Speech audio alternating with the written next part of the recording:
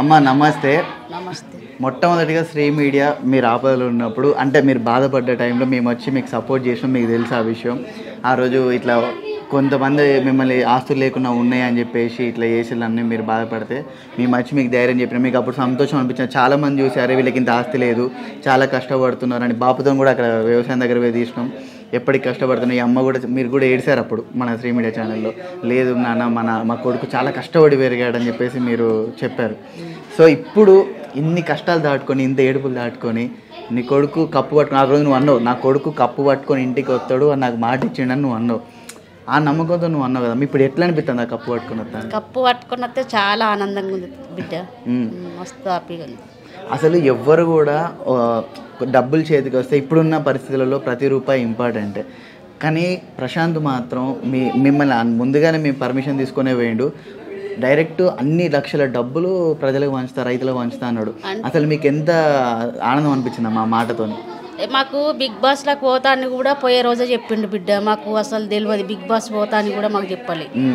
ఇక రేపు ఇవాళ పొద్దున పోతా అన్నట్లా మాకు చెప్పిండు బాపు. నాకు ఇక నవ్విండు, కీకలు పెట్టిండు. ఏంది బిడ్డ అంటే నాకు బిగ్ బాస్లో షాయిస్ వచ్చింది బాపు, పోతున్నాను అన్నాడు. అంతే, పోయేటప్పుడే తెలుసు మాకు. అట్లా పోయినాక ఆడతా అంటే అసలు ఈ మా ప్రశాంత్ గింత బాగా ఎట్లా ఆడతాను అనిపించింది అసలు. అనుకున్నాం మేము కూడా, మరి ఎన్ని రోజులు ఉంటాడు, ఆడతాడా లేదా అనుకున్నాం. అనుకుంటే శివాజన్న వచ్చి శివాజన్న సపోర్ట్ ఉన్నాడు ఫస్ట్ నుంచి. శివాజన్న నువ్వంటే నాకు నచ్చినవరా రైతు బిడ్డ అని మెచ్చుకున్నాడు. ఇక అప్పటి నుంచి శివాజన్న సపోర్ట్ వలన నా కొడుకు ఇంత దూరం వచ్చింది. మరి శివాజన్న సపోర్టు మీ కొడుకు ఉన్నది, మీ కొడుకు చాలా కష్టపడ్డాడు. మరి శివాజన్న ఒక రోజు మన ఇంటికి పిలుచుకొచ్చి భోజనాలు పెడతారా? ఇవి అంతా ఆడవిళ్ళు మనం విలువలేం కానీ తర్వాత నిమ్మలంగా తీసుకొచ్చి అందరు బిగ్ బాస్ ఉన్న వాళ్ళు ఖచ్చితంగా వస్తారు. గజ్వేల్కి రప్పించుకుంటాము. ఇక్కడికి పల్లెటూరుకి మా ఇంటికే రప్పించుకుంటాం. మేము గజ్వేల్కి ఏం రప్పించుకోం, కొలుగురికి రప్పించుకొని మీ ఇంట్లో అందరికి దావత్ ఉంటుందా గట్టిగా? ఎందుకంటే శివాజీ గారు, యావర్ గారు మీ కొడుకు చాలా సపోర్ట్ చేశారు. మీరు కూడా అప్పుడు చెప్పారు వాళ్ళకు నిజంగా శివాజీ ఒక పెద్ద కొడుకు లెక్క నాకని. ముగ్గురు సపోర్టు, శివాజీ, శివాజన్న, యావరు. సో శివాజీ ఇంటికి వచ్చి చూడతాను. ఇప్పుడు ఫస్ట్ నీ కొడుకుతో చాలా సంబరపడతావు ఇంటికి. మళ్ళీ శివాజీ వచ్చినప్పుడు ఎట్లా అనిపిస్తుంది నీకు అసలు? ఫస్ట్ టైం మొన్న అవును, మళ్ళీ టీవీలో కనిపించినావు కదా విన్నర్ అయినప్పుడు. శివాజీ మాట్లాడిండు మంచిగా, మాట్లాడిండు నీ కొడుకే ఖచ్చితంగా కప్పు తీసుకుని వస్తాడమ్మా అని చెప్పిండు. నీతో ఇప్పుడు ఆ షో అయిపోయి ఆయన ఎలిమినేట్ అయ్యి మీ దగ్గర కూర్చున్నాడు కదా పక్కన. కూర్చున్నప్పుడు ఏమని చెప్తాడు? నీ కొడుకు చూసినావు ఇంత సాధించండి, నీకు ఎట్లా అనిపిస్తుంది అని నీతో ఎట్లా మంచిగా మంచిగా మాట్లాడిండు. కానీ శివాజన్న సెకండ్ ఉంటాడేమో అనుకున్నాను. అరే అందరి బాధ అదే ఉన్నది కదా, శివాజీ సెకండ్ ఉంటే సంబరంగా ఉండు అని చెప్పేసి అందరు అనుకుంటారు. ఎందుకనమ్మా అసలు అంత అభిమానం? అంతే, ఫస్ట్ నుంచి సపోర్ట్ ఉంది కదా బిడ్డ. ఇంత అన్నా కానీ పట్టించుకోకురా రైతు బిడ్డ నువ్వు అట్లనే ఉండాలని సపోర్ట్ ఉన్నాడు. యావరు శివాజన్న సపోర్ట్ ఉన్నారు. మరి స్టేజ్ మీదనే డైరెక్ట్ పల్లె ప్రశాంత్ నాగార్జున గారు మీ కాళ్ళ మీద పడేసి అసలు మీరు నాకు ఒక పెద్ద అవకాశం ఇచ్చారు సార్ అని తన బాధను అప్పటిదాకా అణిచిపెట్టుకున్న ఏడుపునంతా అప్పుడు బాపు ఒక లెటర్ పంపారు కదా మధ్యలో, నువ్వు ఏడవకూడదు ప్రతిదానికి అది అని చెప్పేసి. సో అప్పటి నుంచి ఏడవకుండా తన ఏడుపును ఆపుకొని ఫైనల్గా విన్ అయిన తర్వాతనే తన ఏడుపు బయట పెట్టాడు. అంటే తనలో ఉన్న బాధ అంతా బయట పెట్టి ఆ కింద పడ్డప్పుడు మీరు లైవ్లో ఉన్నారు, కింద పడి ఏడుస్తున్నాడు. అసలు అప్పుడు ఏమనిపించింది నీ కొడుకును చూస్తుంటే? అప్పుడు అంతేనా? అంటే అక్కడ నాగార్జున గారిని చూశారు కదా మీరు లైవ్లో. నాగార్జున గారిని పట్టుకొని సార్ మీరు నాకు దేవుడు, అసలు నాకు ఒక జన్మనిచ్చారు, మీరు మళ్ళీ ఒక జన్మనిచ్చారు, ఒక సామాన్యుని ఇంత పెద్ద కోరిక తీర్చిలు మీరు అన్నారు కదా. అది చూస్తాను మీకు ఏమైనా అర్థమైంది అసలు ఏం జరుగుతుంది ఇక్కడ ఏందనేది? అంటే శివాజన్న చదువుమంటే ఎందుకురా నువ్వు చదువుకోమని ఆయన లెటర్ అని వేసినప్పుడు అబ్బా ఇంత క్లోజ్గా ఉంటారా అనిపించింది. ఇప్పుడు ఫైనల్గా స్టేజ్ మీకు వచ్చిన తర్వాత నాగార్జున గారు చేయలేపారు కదా ప్రశాంత్ విన్ అయింది అని చెప్పేసి. ఆ టైంలో అసలు మీకు ఏమనిపించింది అమ్మా మనసులో? ఇక టెన్షన్ అయింది బిడ్డ, ఎవరు గెలుస్తారో ఏమో, నా కొడుకు ఇంత కష్టపడ్డాడు, తినక తాగక మొత్తం రోడ్ల మీద వండుకుండా అని టెన్షన్ అయింది. ఇక ఎవరు గెలుస్తారు అనేది భగవంతుని చేతులు ఉంది, మన చేతులు అయితే ఏం లేదు. ఆ నిమిషం మాత్రం ఘోరంగా టెన్షన్ పడ్డారు. ఇప్పుడు ఒకప్పుడు ప్రశాంత్ ఏ పాట వల్ల మోసపోయి ఏ పాట వల్ల మీరు నాతో చెప్పారు కదా ఈ డబ్బులు మోసపోయి చాలా దారుణంగా బాధపడ్డాడు. చనిపోయే స్టేజ్ నుంచి మేము ధైర్యం చెప్పి నువ్వు బతకగలుగుతావు, నువ్వు ఏదైనా చేయగలుగుతావు అని నేను బాపు చెప్పామని చెప్పారు కదా. సో ఇప్పుడు అదే ప్రశాంత్ బయటకు వెళ్తే సినిమాలలో కూడా తీసుకునే రేంజ్కి ఎదిగిండు. ఎప్పుడైతే ఒక అవకాశం కోసం తిరిగాడో ఇప్పుడు ప్రశాంత్ కోసమే తిరిగే రోజులు వచ్చినాయి. ఎట్లా అనిపిస్తుంది మీకు? అనిపించింది ఇక నా కొడుకు కష్టపడ్డందుకు జర ఫలితం దక్కింది అనిపించింది. ఆ రోజు మీరే బాధపడ్డారు, నా కొడుకు ఏమైపోతాడు అన్న బాధ ఉండేది అని. ఇప్పుడు నీ కొడుకు హీరో కదా మొత్తం రెండు రాష్ట్రాలలో. అందరూ చేసిరు హీరోని. ఇప్పుడు జనాలందరూ హీరోని చేసిరు. ఇప్పుడు నిన్న అక్కడ అన్నపూర్ణ స్టూడియో కూడా ఇంతవరకు ఎవరికి రానంత జనాలు వచ్చారు. అది మీరు చూసారా టీవీలోకి? ఇట్లా ప్రశాంత్ కోసం చాలా మంది వచ్చారు. మేము పొద్దున్న అందులోకి పోయేటప్పుడే ఒక్కరు చాలా మంది వచ్చారు. మొన్న శనివారం కూడా బాగానే వచ్చారు మంది. మళ్ళీ మేము వాళ్ళకు నిన్న ఆదివారం కదా, నిన్న కూడా బాగానే వచ్చారు. మొన్న అది ఏంటిది గజమాల తీసుకొని వచ్చిరట. గజమాల తీసుకొని జేసీబీ తీసుకొని ఆడ స్టేజ్ మీద నిలబడ్డారు. నిన్న కూడా బాగా నిలవలేదు. మీకు ఇప్పుడు కొడుకు ఇప్పుడు 30 లక్షల అది చెక్ వచ్చింది, దాని తర్వాత ఆ కారు వచ్చింది, నక్లెస్ వచ్చింది. స్టేజ్ మీదనే కొన్ని పంపకాలు జరిగినాయి కదా, మీకు ఏమి ఇచ్చిండు? నక్లెసా? నాకు నెక్లెస్ ఇచ్చిండు, వాళ్ళ బాబు కారు ఇచ్చేసిండు, అన్నట్టే చేసేసిండు పని. మా బాబుకు మా అమ్మకు ఒక గిఫ్ట్ ఇవ్వాలనుకున్నా ఇచ్చేసారు అని అంటున్నాను. నా కొడుకు కష్టపడ్డది మాకు దక్కింది. అసలు ఇప్పుడు మీకు ఒక ₹1,00,00,000 సంపాదించినంత ఆనందం రాదేమో. ఇంత కష్టపడి నక్లెస్ నా కొడుకు నాకు సంపాదించి ఇంతమందిని ఎదుర్కొని నిలబడ్డాడు కదా, అంత సెలబ్రిటీలు అందరి మధ్యలో ఒక సామాన్యుడు నిలబడ్డాడు కదా. సో మా అమ్మకి నక్లెస్ ఇస్తాను అడిగితే నీకు అసలు ఏం అర్థం కాలేదు, ఏం చెప్తాడు మనోడని. అర్థం కాలే. అప్పుడు అర్థమైంది. ఒక ఆశ్చర్యంగా ఉన్నారు, బాధలో ఉన్నారు, సంతోషంగా ఉన్నారు, 3 రకాలు ఉన్నారు అప్పుడు మీరు.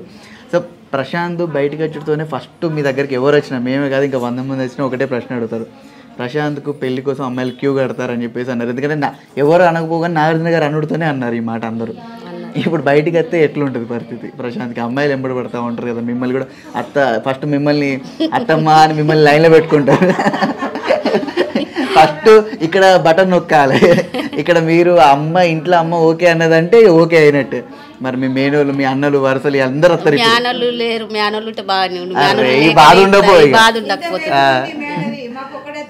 అరే మరి ఇప్పుడు బయట వేలిసిన చుట్టాలు ఎవరు రావట్లేదా? వాడిని అదృష్టంలో ఎవరు వస్తారు? ఆయనను మంచిగా చూసుకుంటే సరిపోతుంది. అట్లా ఆయనను అర్థం చేసుకొని ఆయనను మంచిగా చూసుకుంటే వాళ్ళే లెక్కలో పడతారు. అంతే. అంటే ముందుగానే అందరికి క్లూ ఇస్తాను, మంచిగా చూసుకుంటే చాలు మాకు ఓకే అన్నట్టు. అంతేనా? మరి వాళ్ళు మంచిగా ఉంటేనే కదా బిడ్డ మాకు ఓకే అయ్యేది. అవును. ఎందుకంటే ఇప్పుడు ప్రశాంత్ ఒక సెలబ్రిటీ, ఇప్పుడు అన్ని ఇంకా బిజీ అయిపోతాడు, ఇంకా 24 గంటలు బిజీ ఉంటారు, ఇంకా అర్థం చేసుకోవాలి ఆయన ఇప్పుడు ప్రజెంట్. అంతేనా? ఇప్పుడు తల్లిగా నువ్వు ఎట్లయినా ఆయన చిన్నప్పటి నుంచి అప్పుడు ఇప్పుడు నీలాగా నీ అంత కాకపోయినా నీలో ఒక 50% ఉండే అమ్మాయి దొరికినా చాలా అనుకుంటాను. అంతే. సో ఇప్పుడు ప్రశాంత్ ఇంటికి వచ్చుడుతోనే ఏమేమి ప్లాన్లు అరేంజ్ చేశారు మీరు అసలు ఇప్పుడు? ఎందుకంటే నువ్వు 109 రోజులు అవుతుంది ప్రశాంత్ని చూడబట్టి, ఇంటికి మీ ఇంట్లో అడుగు పెట్టబట్టి. ఇప్పుడు ఎట్లుంటుందమ్మా ఇక్కడికి? ఏమేమి ప్లాన్ చేశారు ఇప్పుడు? ఇక ప్లాన్ అంటే అక్కడనే ఉన్నాయి కదా బిడ్డ, ప్లాన్ చేసి వెల్కమ్ రాసిర్రు, బ్యానర్ తీసిర్రు. ఇప్పుడు మళ్ళీ తర్వాత ఇప్పుడు ఇక్కడికి వచ్చుడుతోనే మళ్ళీ ఇప్పుడు మళ్ళీ రేపు ఎల్లుండో మళ్ళీ హైదరాబాద్ వెళ్ళిపోయి బిజీ అయిపోతాడు. ఇప్పుడు నీ కొడుకు వచ్చినట్టు వచ్చి మళ్ళీ ఇక బిజీ అయిపోతాడు. ఎట్లా అనిపిస్తుంది? నీ దగ్గర ఇన్ని సంవత్సరాలు బాయికాడ పని చేసుకుంటుండే కొడుకు ఇప్పుడు బాయికాడ చేద్దామని కుదరదు అనుకున్నాము. బాయికాడ వాళ్ళ బాపు పోయినప్పుడల్లా గుర్తుకొచ్చేది. ఎందుకంటే నా కొడుకు బాగా బాయికాడికి పోయేది, వాళ్ళ బాపుకి ఏం పని చెప్పకపోయేది. బాపు నేను చేస్తుంది అని చేసుకునేది. మరి ఇప్పుడు వచ్చి మళ్ళీ చేసే అవకాశం లేదు కదా పాప. ఆయనకి ఇష్టం, వ్యవసాయం అంటే చాలా ఇష్టం. కానీ ఇప్పుడు ఖాళీగా ఉంటేనేరు కదా, ఏ హీరోగానో లేకుంటే ఒక మంచి సినిమాలనో లేకుంటే మంచి పాటలలోనో పెడతా ఉంటారు. అంటే ఇక్కడ కుదరదు పాపం ఊరికొచ్చుడు. నీకు బాధ అనిపిస్తుంది కదా ఎంతో కొంత? ఏమనిపిస్తుంది ఇప్పుడు మళ్ళీ తర్వాత ఆలోచిస్తే? ఇప్పటి వరకు సంబరం ఉంది, తర్వాత ఎట్లా అనిపిస్తుంది? ఇక తర్వాత అంటే ఇక వాళ్ళు కూడా ఎదగాలి కదా బిడ్డ. ఇక రెక్కలు వచ్చినాయి మనం తప్పదు అనుకుంటూ. నీ కళ్ళలో బాధ ఉన్నదిలే పాపం, చెప్పలేకపోతాను. సో ఇప్పుడు ప్రశాంత్ గురించి నువ్వు అప్పుడు ఎంత బాధపడ్డావు అమ్మా, ఇప్పుడు అంత సంతోషంగా ఉన్నావు. సో ప్రశాంత్ లాగా ఉన్న చాలామంది బయట ఉన్నారు, అంటే కష్టపడి పైకి రావాలనుకున్న వాళ్ళు. వాళ్ళకి ఏం చెప్తావు నువ్వు మన శ్రీ మీడియా ద్వారా? ఇక అందరూ ఓట్లేసి గెలిపించినందుకు థ్యాంక్స్. ప్రశాంత్ లాగా పైకి రావాలంటే మీరేమని చెప్తారు? ప్రశాంత్ లాగా ఇంత మంచి పైకి రావాలి, కష్టపడి రావాలనుకుంటే ఒక సామాన్య ప్రజలకు ఏం చెప్తారు మీరు? నాకు అంత ఆలోచన లేదు, కానీ ప్రశాంత్ లాగా కష్టపడితే మాత్రం వస్తారని నమ్మకం ఉంది. ఇప్పుడు బాబు ఎట్లా సంతోషం? ఇప్పుడు కూడా మేము బయట వస్తే బట్టలు మూసుకొని పోతాను మళ్ళీ, అరే నీ కొడుకు బిగ్ బాస్ విన్నర్ అయ్యిండు, నీ పొజిషన్ మారిందంటే బాబు ఏమంటాడు, వాడు విన్నర్ అయితే కానీ మా పని అయితే ఎవరు చేయరు కదా, మనమే చేసుకోవాలి కదా అనుకుంటూ పోతాడు. ఇప్పటికీ ఆ కష్టం పడుతూనే ఉన్నాడు, ఎందుకు ఇంత ఇంకా కష్టపడతాడు? ఈ కొడుకులు ఎదగాలని కష్టపడతారు కదా బిడ్డ, రెక్కలున్నంతసేపు మాకు శాతనైన కాడికి మేము చేస్తూనే ఉండాలి కదా, అట్లా శాతనైనప్పుడల్లా శాతనైన కాడికి చేస్తూనే ఉండాలి, వాళ్ళు కూడా కష్టపడుతూనే ఉంటారు కదా. అవును. సో ఇప్పుడు ఎవరికి ఎదురు చూడకుంటూ ఉంటే బాగుంటుంది అట్లా. ఇప్పుడు బిగ్ బాస్లో సెకండ్ శివాజీ గారు వస్తే బాగుండు అనుకున్నారు, అమర్దీప్ గారు సెకండ్ వచ్చారు, మీకు ఎట్లా అనిపించింది అసలు? ఇక ఆయన కూడా మా కొడుకు లెక్కని అప్పుడు కదే మాట అన్నావు. ఇక అందరూ వాళ్ళు మా బిడ్డలు, వీళ్ళు మా కొడుకులు అంతే అంతే. అప్పుడు కూడా అదే ముచ్చట చెప్పిన, ఇప్పుడు అదే ముచ్చట చెప్తాను. నేను ఏమన్నా తేడా వచ్చిందన్న? లేదు, అప్పుడు ఏడ్చుకుంటా కూడా ప్రశాంత్ను తిడతా అంటే కూడా నువ్వు ఇదే మాట అన్నావు, అమ్మరు కూడా నా కొడుకే ఏదో కోపంలో మాట్లాడుకుంటాలని అన్నావు, ఇప్పుడు అదే మాట అంటావు. మరి ఇప్పుడు మళ్ళీ రతిక కూడా ఇప్పుడు ఇంటికి వస్తాయి కదా, మరి భోజనం దావత్ గట్టిస్తావా? చెప్పినాం, రతిక కూడా చెప్పినాం, రమ్మని. ఆమె కూడా మా బిడ్డ లాంటిది.